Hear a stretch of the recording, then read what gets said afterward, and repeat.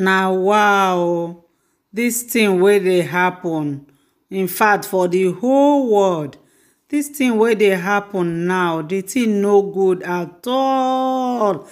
The way people just they kill their fellow human being, like say na animal they kill.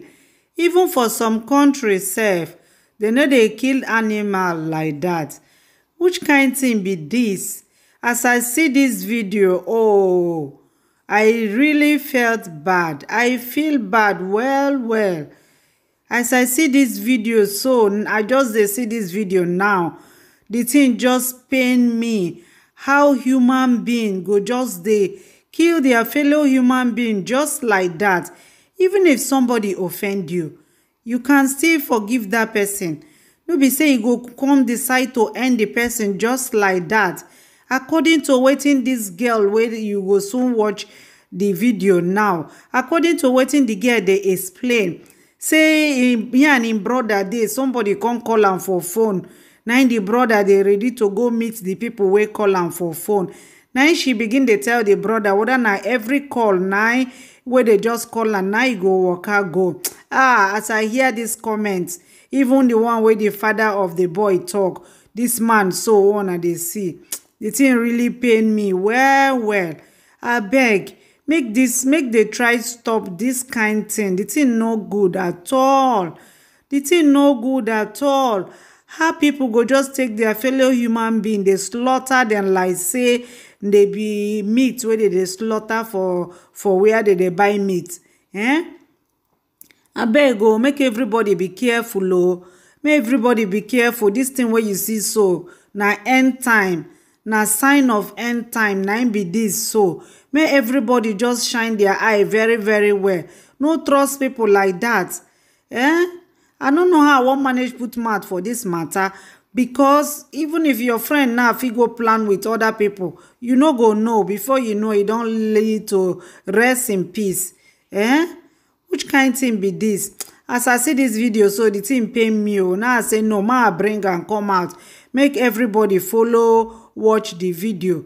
In case some people will never see this video, make them try to make the video, may it go viral, so that everybody go really dey careful of the kind of people wey be say they work out with, or the kind of people wey they make friend with. Like all this matter, so I mean, the thing is so painful, honestly. So una go soon watch the video and una go hear how the thing manage happen. They say na for Benin Expressway. Now the thing happen. 4 people so now don't beme. I mean, the beme means say their family no go see them again. Everything about them don't end. So my people, in case una never subscribe to my channel, I'm gonna try subscribe. That small bell by the side. Now anytime where I put video, make una for free get notify. Say I don't put video. So make una watch the video. Bye.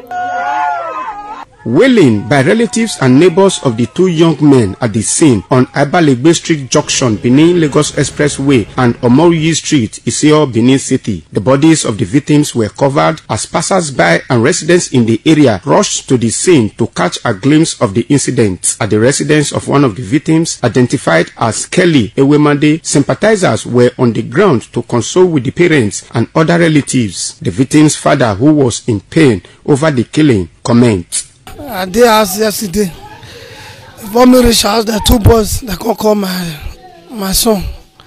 Before I know, I said they don't kill him.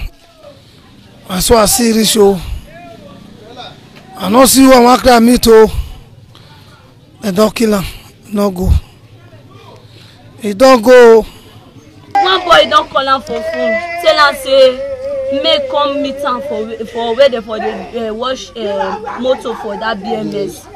He can't say okay they come. I can't say anywhere where they call you now you go. He can't tell me say they come now back of fast they go. He can't come out, he can't carry in bag, he can't come outside. Now me go put cutting.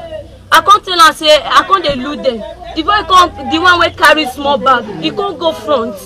He can't say make they enter bed for them. He can't they wait for the boy may enter, make so may he enter. But we don't know say he go do like that.